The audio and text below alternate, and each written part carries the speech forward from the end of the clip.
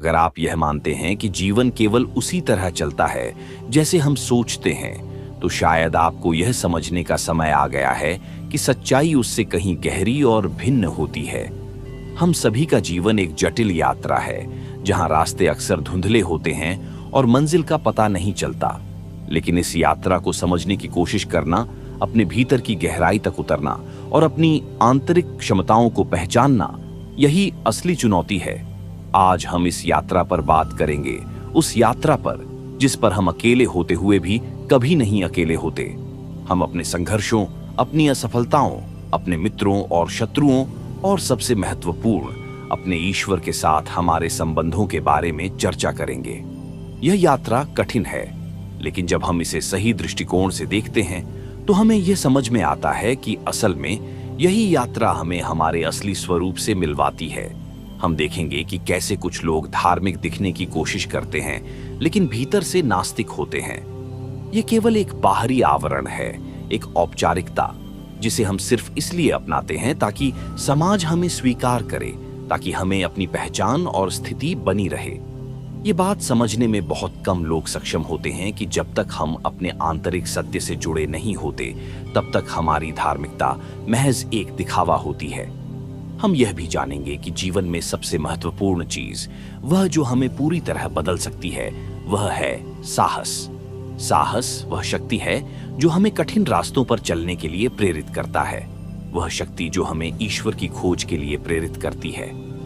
ईश्वर की खोज कोई आसान काम नहीं है, यह कठिन है, यह चुनौतीपूर्ण है, और यह केवल उन्हीं के लिए है जो जीवन को पूरी तरह से समझने के लिए तैयार हैं।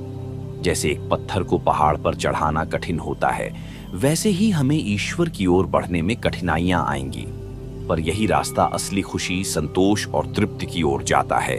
अगर आप इसके लिए तैयार हैं, तो आपको इस यात्रा पर चलने के लिए साहस जुटाना होगा। हम देखेंगे कि कितनी बार लोग अपने जीवन में बदलाव लाने की कोशिश करते हैं, लेकिन डर और संकोच उन्हें रोकते हैं। जीवन का असली मजा तब आता है जब हम अपने डर को पार करके अपने सत्य से मिलते हैं। आज इस वीडियो के माध्यम से हम इसी बदलाव की प्रक्रिया पर विचार करेंगे। आइए इस यात्रा की शुरुआत करते हैं और जानते हैं कि आखिर हम किस दिशा में जा रहे हैं। क्या हम सचमुच अपने सच्चे स्वरूप को जानने की यात्रा पर हैं, या हम बस उसी पुरानी राह पर चलते जा रहे हैं जो हमें समाज और दुनिया ने दी है? बहुत लोगों से पूछो जिंदगी में, तो लोगों के पास समय काटने के लिए उपाय नहीं है। लोग कहते हैं समय काट रहे हैं। कोई ताश खेल रहा है, कोई शराब पी रहा है, कोई जुआ खेल रहा है, कोई होटल में बैठा है, कोई क्लब में बैठा है। उनसे पूछो क्या कर रहे हो, वे कहते हैं समय काट रहे हैं। जैसे समय जरूरत से ज्यादा है तो काट रहे हैं उसे। क्या करें? यही आदमी मौत के वक्त चीखे चिल्लाएगा कि अगर और 24 घंटे मिल जाते तो एक रात और पूर्णिमा का चांद देख लेता, एक रात और कर लेता प्रेम, एक रात और रह लेता अपने प्रियजनों के बीच, एक बार और सूरज उग जाता, एक वसंत और देख लेता, एक बार और खिलते फूल देखता, एक बार और गीत गाते पक्षी सुनता। लेकिन अब सब जा रहा है, अब नहीं सोचता कि क्या करें। पहले समय काटता था। तुम सोचते हो तुम समय काट रहे हो, तुम गलती में हो। समय तुम्हें काट रहा है। तुम समय को क्या काटोगे? तुम समय को कैसे काटोगे? आदमी के पास कोई आरा नहीं है जिससे समय काटा जा सके। समय इतना सूक्ष्म है, कोई आरा उसे नहीं काटता। समय का आरा तुम्हें काटता जाता है। जब तुम ताश खेलते हो, कहते हो समय काट रहे हैं, तो समय हंसता है। समय तुम्हें काट रहा है। समय तुम्हारी मौत को करीब ला रहा है। जिस दिन मौत द्वार पर खड़ी हो जाएगी, उस दिन मुश्किल में पड़ोगे। एक सजीव कथा है। एक लकड़हारा 70 साल का हो गया है। लकड़ियां ढोते ढोते जिंदगी बीत गई। कई बार सोचा कि मर क्यों ना जाऊं। कई बार परमात्मा से प्रार्थना की, हे प्रभु, मेरी मौत क्यों नहीं भेज देता। सार क्या है इस जीवन में? रोज लकड़ी काटना, रोज लकड़ी बेचना। थक गया हूं। किसी तरह रोटी रोजी जुटा भी लूं तो फिर भी पेट पूरा नहीं भरता। कभी एक वक्त का खाना मिल जाए तो बहुत, कभी कभी दोनों वक्त भी उपवास हो जाता है। कभी वर्षा ज्यादा हो जाती है तो लकड़ी काटने नहीं जा पाता। फिर बूढ़ा भी हो गया हूं, कभी बीमार हो जाता हूं, और लकड़ी काटने से मिलता कितना है। एक दिन लौट रहा था, थका मांदा खासकर अपने गट्ठर को लिए हुए। और बीच रास्ते में अचानक ऐसा लगा कि बिल्कुल व्यर्थ है मेरा जीवन। मैं क्यों ढो रहा हूं? उसने गट्ठर नीचे पटक दिया, आकाश की तरफ हाथ जोड़कर कहा, मृत्यु, तू सबको आती है और मुझे नहीं आती।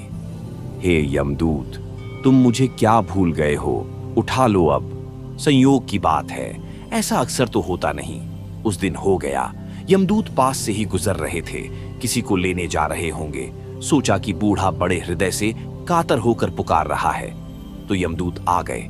उन्होंने उसके कंधे पर हाथ रखा और बोले, क्या भाई, क्या काम है?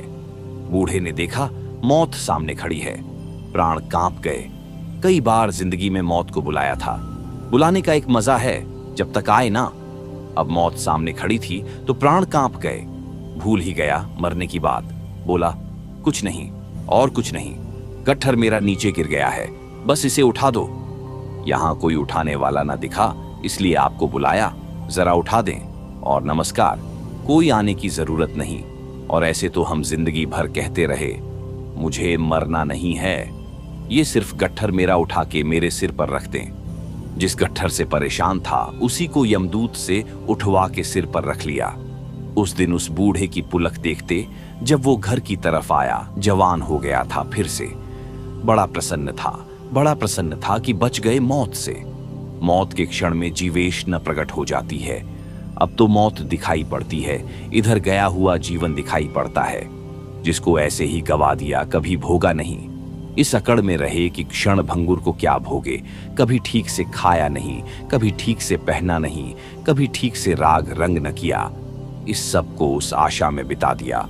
और यह खड़ी मौत, और मौत के पार कुछ है। अब यह पक्का नहीं होता। अब कौन पक्का दिला है, कौन भरोसा दिला है? तो जीना बहुत जोर से उठेगी। मेरी प्रक्रिया मूलतः भिन्न है। इसलिए मैं तुमसे कहता हूं, वासना से भागना मत। वासना को जीना, समग्रता से जीना इस जीवन को। मत वासना को दबाना, के अवसर को छोड़ना नहीं। इस जीवन के अवसर मिलते हैं कि नहीं, जितने गहरे उतर सको उतर जाना। एक ही बात ख्याल रखना, जागरूक रहना और देखते रहना कि इस जीवन में कितने ही गहरे उतरो, कुछ मिलता है। मैं तुमसे उपवास करने को नहीं कहता। मैं कहता हूं, जितना स्वाद ले सको भोजन का लेना। लेकिन स्वाद लेकर बार बार जाग के देखना। मिला क्या? पानी पर बबूला उठा और मिट गया। जितनी काम वासना में उतरना हो उतर जाना, लेकिन हर बार काम वासना को ध्यान बना लेना, उतरते वक्त देखना कि मिल क्या रहा है। और मैं तुमसे यह नहीं कह रहा हूं कि तुम कहो कि कुछ नहीं मिल रहा है। ख्याल रखना, वो तुमने कहा तो गड़बड़ हो गई, तुमने दमन शुरू कर दिया। मैं तुमसे यह नहीं कह रहा हूं कि तुम कहो, क्या रखा है, कुछ भी नहीं मिल रहा है। मैं यह नहीं कह रहा। मैं कह रहा हूं, तुम गौर से देखना, कुछ मिल रहा है। कौन जाने मिलता हो तो ठीक, और भय क्या है। लेकिन कभी कभी किसी को कुछ नहीं मिलेगा। लोग राख पर राख की अनुभूति करेंगे, यही मिलेगा। इसलिए अगर तुमने गौर से देखा तो तुम समझोगे कि यह जो राख की अनुभूति है, यह पूरे जीवन को तुम्हें कह देगी कि इस जीवन में कुछ भी नहीं। फिर जब मौत आएगी तो तुम डरो क्यों, भयभीत क्यों होगे? जिस जीवन में कुछ था ही नहीं, अगर वह जाने लगा तो पकड़ने की क्या बात है। हम पकड़ते इसलिए हैं कि हम ठीक से देख नहीं पाए कि जीवन में क्या है। एक लड़का सिर्फ दही ही दही खाता, मगर रस बढ़ता जाता, जो कि बिल्कुल स्वाभाविक था। सब समझा बुझाकर हार गए। साधु सन्यासियों के पास ले जाया गया, उसने एक ना मानी। जितना समझाते उतना उसका दही बढ़ता गया। स्वाभाविक है, करो निषेध, रस बढ़ता है। किसी को कह दो, इस दरवाजे के भीतर झांक के मत देखो। उत्सुकता और देखना फिर मुश्किल हो जाती है। फिर झांक के देखना ही पड़ता। आखिर आदमी आदमी है। जगत में जिस चीज को दिखाना हो लोगों को, उसको छिपाना, मगर इस ढंग से छिपाना कि लोगों को पता चल जाए कि तुम छिपा रहे हो। फिल्म में सब बच्चों को बुलाना हो तो उस पर लिख दो, केवल वयस्कों के लिए। बस फिर लोग आ जाएंगे। तुमने देखा ना, जिस छुपी हुई चीज को लोग जानना चाहते हैं वो और भी आकर्षक हो जाती है।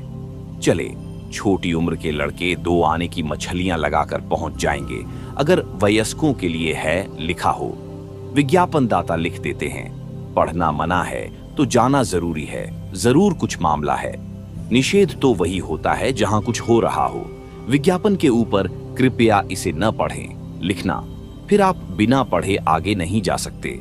कैसे निकलेंगे? जितना समझाया साधु सन्यासियों ने, गुरुओं ने कि दही बहुत बुरा है, उन्होंने बड़ी बड़ी आयुर्वेदिक पुस्तकों से उदाहरण दिए कि दही के क्या क्या नुकसान हैं, उतना ही उसका रस दही में बढ़ता गया। आखिर एक बूढ़े आदमी के पास से ले जाया गया। वह बूढ़ा कुछ मेरे जैसा था। उसने क्या कहा?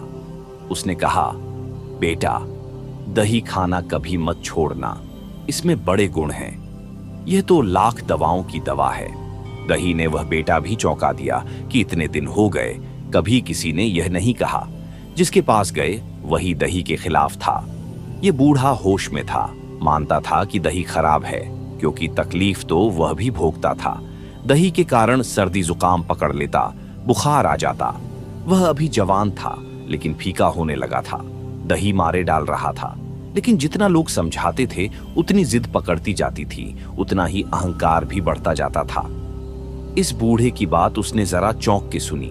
उसने कहा, क्या कह रहे महाराज, दही में बड़े गुण हैं, इसे रामबाण समझो, इसे तुम कभी भूलना मत, चखना मत, दुनिया कुछ भी कहे तुम डटे रहना। उसने कहा, क्या गुण है? क्योंकि उसने दुर्गुण तो बहुत सुने थे, उसे एक आदमी नहीं मिला था कभी जिसने कोई गुण बताए हों। उस बूढ़े ने कहा, कौन से गुण? गुण ही गुण हैं। जैसे समझो, पहला, दही खाने वाले की कभी चोरी नहीं होती। युवक भी चकित हुआ, यह भी खूब गुण है। दही खाने वाले की कभी पानी में डूबकर मृत्यु नहीं होती। उसने देखा कि बूढ़ा पागल तो नहीं है, दही से पानी में डूबने का क्या संबंध? और तीसरा, दही खाने वाले को कभी कुत्ता नहीं काटता। वह युवक बोला, आप होश में तो हैं, क्या बातें कर रहे हैं? किस शास्त्र में लिखा है? आयुर्वेद में कहां लिखा है? यह सवाल उस युवक ने पूछा और बूढ़े ने कहा, सुनो। फिर उसने विस्तार से समझाना शुरू किया। पहला, दही खाने वाला कभी बूढ़ा नहीं होता। युवक बोला, मैंने बहुत ज्ञानी सुने हैं, मगर आप कुछ अलग ही तरह के ज्ञानी हैं, जरा मुझे विस्तार से समझाइए। यह सुनकर बूढ़े ने कहा, सुनो, पहले तो बिल्कुल साफ है सारी बात। दही खाने वाला रात भर खांसता है, चोर उसके घर में घुस कैसे सकते हैं? इसलिए दही खाने वाले की कभी चोरी नहीं होती। दही खाने वाला सर्दी से इतना पीड़ित रहता है कि पानी के पास जाने से डरता है, नदी में डूब के मरेगा कैसे? और दही खाने वाला इतना कमजोर हो जाता है कि लाठी टेक टेक के चलता है, कुत्ता उसे काटेगा कैसे? और दही खाने वाला जवानी में मरता नहीं, बूढ़ा होगा कैसे? तब वह युवक बोला, तू बेटा खूब दही खा। कहते हुए उस दिन से उस युवक का दही खाना छोड़ गया। बूढ़े की बातों ने उस युवक को इतना प्रभावित किया कि वह खुद भी समझने लगा, और वह भी बूढ़े की तरह जीवन में कुछ बदलाव लाने की कोशिश करने लगा। मैं भी तुमसे यही कहता हूं, खूब खाओ, न तुम्हारी चोरी होगी, न कुत्ता तुम्हें काटेगा, न पानी में डूबकर मरोगे। बूढ़े, वासना की पीड़ा को ठीक से जानो। वासना से छूटने का एक ही उपाय है कि तुम वासनाओं की पीड़ा को जानने में उतर जाओ। इसलिए मैं तुमसे कहता हूं, वासना से लड़ो मत, भागो मत, जागो। जब तुम वासना की व्यर्थता को समझोगे, वह साफ हो जाएगी। उस दिन यह सारा जीवन व्यर्थ हो जाएगा। फिर जब मौत द्वार पर आएगी तो तुम मौत को धन्यवाद दे सकोगे। शिकायत क्या है? मौत तुम्हें मुक्त कर रही है उस सब उपद्रव से जो चल रहा था। वह तुमसे कुछ छीन नहीं रही, क्योंकि तुम्हारे हाथ में कुछ था ही नहीं। तब तुम मौत का आलिंगन करोगे, अभिनंदन करोगे। और जो व्यक्ति मृत्यु का अभिनंदन करने में सक्षम हो गया, मौत उसके लिए मोक्ष का द्वार बन जाती है। जब तक संसार की खोज पूरी नहीं हो जाती, ईश्वर की खोज कैसे शुरू होगी? महात्मा तुम्हारी संसार की खोज पूरी नहीं होने देते। वह तुम्हें अटका रखते हैं, तुम्हें अपने ही जीवन के अनुभव में उतरने नहीं देते। वह तुम्हें कच्चे ही वृक्ष से तोड़ लेते हैं, तुम पक नहीं पाते। ईश्वर की खोज तभी होती है जब संसार बिल्कुल व्यर्थ है, आत्यंतिक रूप से व्यर्थ है, ऐसा बोध गहन हो जाए। जब तुम जान लोगे कि संसार में कुछ भी नहीं है, तभी तो तुम किसी और संसार की खोज पर निकलोगे। जब तक तुम्हारा मन यहां अटका है, जब तक तुम्हें लगता है शायद कुछ हो ही, अभी मैंने पूरा खोजा नहीं, अभी मैंने पूरा देखा नहीं, अभी बहुत काने कोने अनदेखे रह गए हैं, अभी बहुत सी गलियां अपरिचित रह गई हैं, तब तक तुम ईश्वर को खोजने की दिशा में आगे नहीं बढ़ सकते। ईश्वर की खोज का मौलिक अर्थ यह है कि संसार की व्यर्थता अपने अनुभव से सिद्ध हो जाती है। जब तुम इसे अनुभव से समझते हो, तभी तुम उसे ईश्वर, मोक्ष, निर्वाण या सत्य का नाम दे सकते हो, जो भी तुम चाहो। लेकिन इस खोज की शुरुआत तब तक नहीं हो सकती जब तक तुम संसार को व्यर्थ साबित नहीं कर लेते। इसलिए संसार में ईश्वर के खोजी इतने कम हैं। ईश्वर के नाम पर बहुत धोखा और छल होता है और धर्म के नाम पर कच्चे लोगों को भ्रमित किया जाता है। ईश्वर के नाम पर लोगों के लोभ को बढ़ाया जाता है। लोभ से मुक्ति नहीं होती, लेकिन लोभ को बढ़ाया जाता है। शास्त्र हमें यह समझाते हैं कि अगर तुम कुछ छोड़ दो तो बहुत कुछ पा सकोगे, लेकिन जब कोई बहुत पाने के लिए छोड़ता है तो वह छोड़ता नहीं। किसी 1 रुपया को छोड़कर हजारों का लाभ मिलेगा, इस तरह का झूठा सौदा किया जाता है। अगर तुम कुछ पाने के लिए छोड़ रहे हो तो तुम्हारा लगाव तो वहीं का वहीं रहेगा। तुमने कुछ छोड़ा ही नहीं, तुम बस एक सौदा कर रहे हो। जब तुम ईश्वर की तलाश करते हो तो तुम्हारा ईश्वर भी उसी झूठ का हिस्सा बन जाता है। तुम अभी सच्चे नहीं हो। तुम्हें इस जीवन के अवसर को ठीक से पहचानना होगा, इसे गंवाना नहीं चाहिए। यह अवसर बहुमूल्य है, इसे फिजूल बातों में मत गवा दो। इस जीवन को अनुभव करो। यदि तुम्हें क्रोध आता है तो उसका अनुभव करो, ताकि क्रोध की पीड़ा साफ हो जाए और क्रोध करना कठिन हो जाए। यदि तुम्हें काम करना है तो उतना गहरे उतर जाओ कि तुम्हें यह समझ में आ जाए कि काम में कोई सार नहीं है। फिर जब तुम धन की दौड़ में हो तो कोई हरज नहीं है, दौड़ लो, लेकिन जान लो कि जल्दी कुछ नहीं मिलता। अगर तुम बिना धन की दौड़ में गए और महात्मा हो गए तो तुम महात्मा होकर भी धन की दौड़ ही जारी रखोगे, कुछ फर्क नहीं पड़ेगा। अगर तुम्हें राजनीति में रस है तो चुनाव लड़ ही लो, उसमें उतर जाओ, उसी उपद्रव में हो ही लो। पागल, अगर तुम बीच में ही लौट आए तो क्या रखा है। बुद्धिमान की बात मान ली, उधार बात मान ली कि बुद्धिमान कहते हैं राजनीति में क्या रखा है, और तुम गए नहीं। तुम महात्मा हो जाओगे, लेकिन तुम्हारी जिंदगी राजनीतिक जिंदगी ही होगी। तुम बैठ जाओगे आसन लगाकर, लेकिन तुम्हारे भीतर राजनीति मौजूद रहेगा। जीवन में रूपांतरण अनुभव से आते हैं, भीतर की बदलाव से आते हैं, बाहर की बदलाव से नहीं। धर्म के नाम पर लोगों ने बाहर खूब बदलाव किए हैं। मैंने एक रूसी कथा सुनी है। एक कौवा बड़ी तेजी से उड़ता जा रहा था। एक बुलबुल ने उसे देखा और पूछा, चाचा कहाँ जा रहे हो? कौवे ने कहा, पूर्व को जा रहा हूं, यहां मेरा रहना दुश्वार हो गया है। बुलबुल ने पूछा, क्यों? कौवे ने कहा, यहां मेरे गाने पर सबको तंग किया जाता है। मैं गाता नहीं, लेकिन जैसे ही गाना शुरू करता हूं लोग तंग करने लगते हैं। बंद करो, बकवास बंद करो, कौवा बंद करो, यहां गाने की स्वतंत्रता नहीं है। बुलबुल ने पूछा, लेकिन जाने मात्र से तो तुम्हारी समस्या हल नहीं होगी, पूर्व जाने से क्या होगा? कौवे ने कहा, तुम्हारे गाने पर तराज उठाएंगे, नापसंद करेंगे। बुलबुल ने पूछा, क्यों? कौवे ने कहा, क्योंकि जब तक तुम अपनी आवाज नहीं बदलते, पूर्व वाले भी तुम्हारे गाने को उसी तरह सुनेंगे। कुछ फर्क नहीं पड़ेगा। तुम्हारी आवाज, तुम्हारा कंठ बदलना चाहे, परिस्थितियां बदलने से कुछ नहीं होता। मन की स्थिति बदलनी चाहिए। एक आदमी गृहस्थी से ग्रस्त था, अब मुक्त तो हो गया, लेकिन वह सस्ता हो गया। अब सस्त होकर उसने नई गृहस्थी बसाई।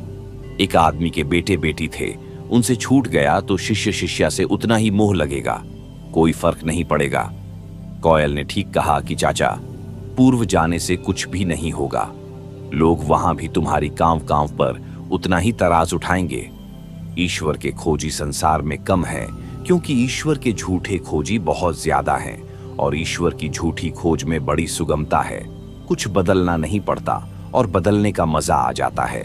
धार्मिक होना नहीं पड़ता, और धार्मिक होने का रस और अहंकार। कच्चे लोग फलों से, वृक्षों से तोड़ लिए गए कच्चे फल पके नहीं थे, पकने का मौका नहीं मिला था। मैं तुमसे कहता हूं, नास्तिक रहो अगर नास्तिकता अभी तुम्हारे लिए स्वाभाविक मालूम पड़ती हो। अभी आस्तिक होने की जरूरत नहीं। फिर अभी घड़ी नहीं आई, जल्दी क्या है? अभी कच्चे हो, पकने का समय है। जिस दिन नास्तिकता अपनी ही समझ से गिर जाए और जीवन में स्वीकार का भाव उठे, उसी दिन आस्तिक बनना, उसके पहले मत बन जाना। नहीं तो झूठा आस्तिक सच्चे नास्तिक से बदतर हालत में हो जाता है। सच्चा नास्तिक कम से कम नास्तिक तो है, सच्चा तो है। कम से कम जो भी उसके भीतर है वही उसके बाहर है। अधिकतर लोग भीतर से नास्तिक हैं, बाहर से आस्तिक। मंदिर में जाते हैं, सिर भी झुकाते हैं, मस्जिद में नमाज भी पढ़ते हैं, और भीतर में न नमाज होती है, न सिर झुकता है, न प्रार्थना उठती है। भीतर तो वह जानते हैं कहाँ रखा परमात्मा इत्यादि, मगर ठीक है, औपचारिक है, कर लेने से लाभ रहता है। लोग देख लेते हैं, धार्मिक हैं, दुकान अच्छी चलती है, लड़की की शादी करनी है, बेटे को नौकरी लगवानी है। अगर लोगों को पता चल जाए नास्तिक हो तो लड़के को नौकरी नहीं मिले, लड़की की शादी मुश्किल हो जाए। मेरे पास लोग आते हैं, वो कहते हैं आपकी बात बिल्कुल सही है, लेकिन अभी लड़की की शादी करनी है, अभी बेटे को नौकरी लगवानी है, अभी जरा ठहरे। आपकी बात बिल्कुल सही है, लेकिन जरा पहले निपटा लें, नहीं तो झंझट होगी, असुविधा होगी। आप जो कहते हैं ठीक हमें मालूम पड़ता है, और जो हम मानते हैं वह गलत मालूम पड़ने लगा है, लेकिन अभी हम छोड़ेंगे नहीं, अभी औपचारिकता निभा लेंगे। ऐसे लोग औपचारिक रूप से धार्मिक होते हैं, दिखावे के लिए धार्मिक होते हैं। ये एक तरह की सामाजिकता है, इसका कोई धर्म से संबंध नहीं।